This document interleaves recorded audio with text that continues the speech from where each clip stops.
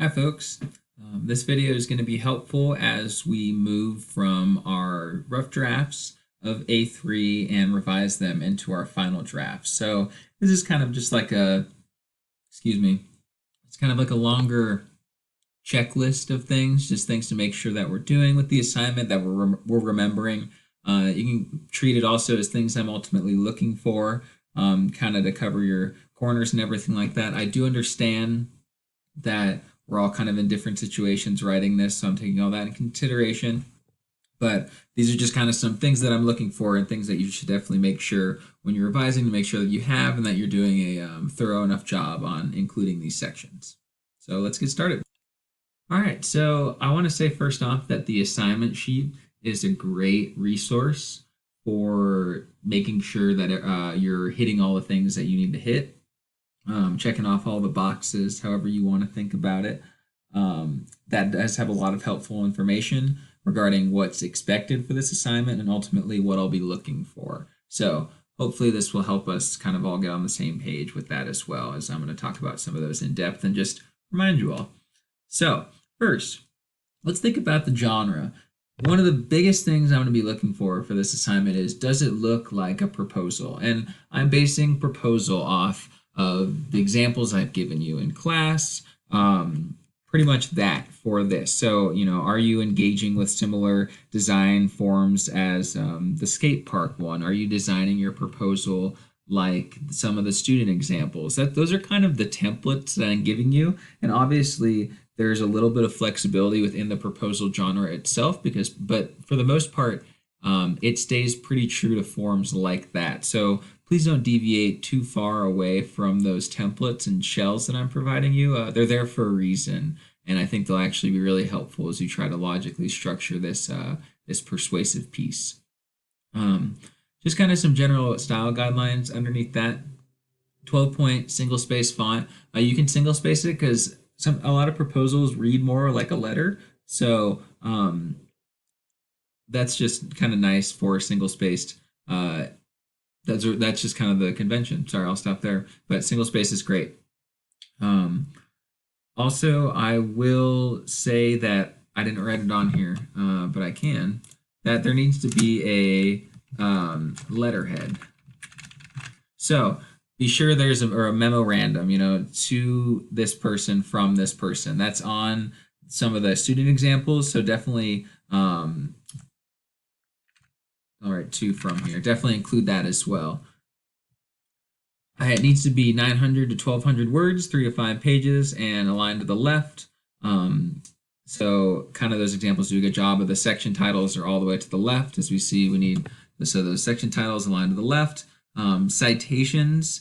These are going to be really important in our introduction and context sections. We really still need to have citations. I didn't see this a lot in the draft, but I'm going to be definitely a stickler for these because you are still dealing with outside ideas that you need to incorporate effectively and attribute those ideas to the proper person. So I'll be sending this out, a reminder, but I'm really going to be checking for citations and making sure that these are original thoughts, and when you do attribute, it's done correctly. So we have to include a works cited page. This works cited page does not count towards the 900 and 1200 words. It's separate, but it will be attached onto the end. Make sure that your tone is appropriate for your audience. Keep thinking about who your audience is. You do need to sound professional in this because you obviously want to be taken seriously, and credibility is a huge thing for yourself as a writer. And being taken seriously, especially when you're trying to convince someone in a position of power. I talked about section headings. What sections do we need? So pretty much all of them have some iteration of this. There's an introduction that states the problem. You establish context. You kind of just introduce the exigency of your problem that's happening in the context.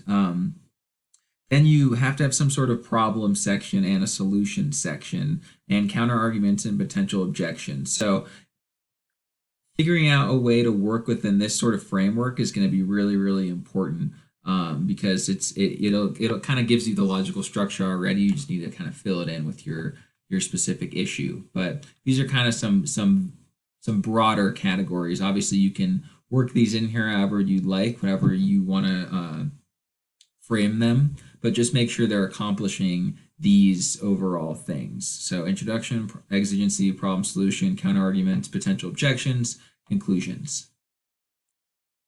So this is just kind of a general mindset to be in. Just always, obviously, I've been stressing audience a lot throughout this course, and how it's a very important thing to be thinking about, and how it really changes the decisions that we make. So think about who you're writing to.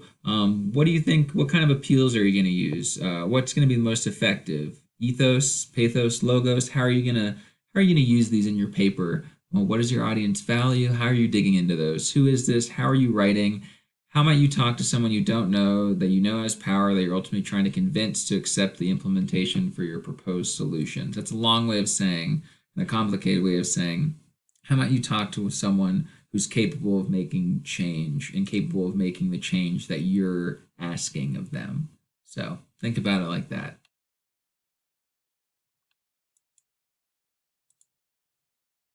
So some further tips that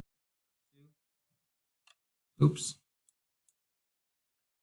Some further tips that I've been thinking about as well is that we really want to establish the exigency. This can be done in the introduction. I'll add that on here too, or the beginning part. So just make sure that happens. You know, why is this important? That's really, really, really important to kind of get going already in the beginning. Just kind of get that motor running already. So another thing that I'm seeing inside is you want to be really specific. So be specific in the examples you use. You know, how much things are going to cost, where, you know, what are exact locations. You know, be as exact and narrow as you possibly can. A big movement of this assignment is moving from broad, oh my gosh, broad to narrow. That's a good way of thinking about this as well. Author tags and citations. Make sure we're citing visuals. If you need this, there's on Canvas. There's a PDF about citing visuals, so feel free to check that out. Make sure that your ideas are grounded in outside evidence. So we still need to bring sources in, obviously, and cite them correctly, but make sure that you're not just talking, that you're grounding your ideas in that research that you probably did in maybe A2 perhaps. So that's a way to think about it. Cost-benefit analysis. This is important. This is kind of like a potential objections kind of counter argument mentality. Just overall, the benefits have to outweigh the costs in your proposal. That's something to consider too, that no matter what you present as your counter arguments, you still have to come out stronger on the other side. And also, I'll type in here practicality and possibility, because those are two real, you know, we want to make these proposals as real as possible. What could be feasibly implemented and accepted. If you need help with structure, writing a proposal PDF on Canvas is a nice way to outline things too, and provide some ways to accomplish those section headings as well. All right, so turn in directions due on Friday by midnight, uploaded through Canvas in the specific Dropbox. I created an assignment. Make sure you include the statement, I have not given, received, or used any unauthorized assistance, followed by your name at the top of the paper. And if you have any questions, just feel free to reach out and let me know, and I'd be happy to talk more about it. Yeah, so good luck, and let me know if you have questions.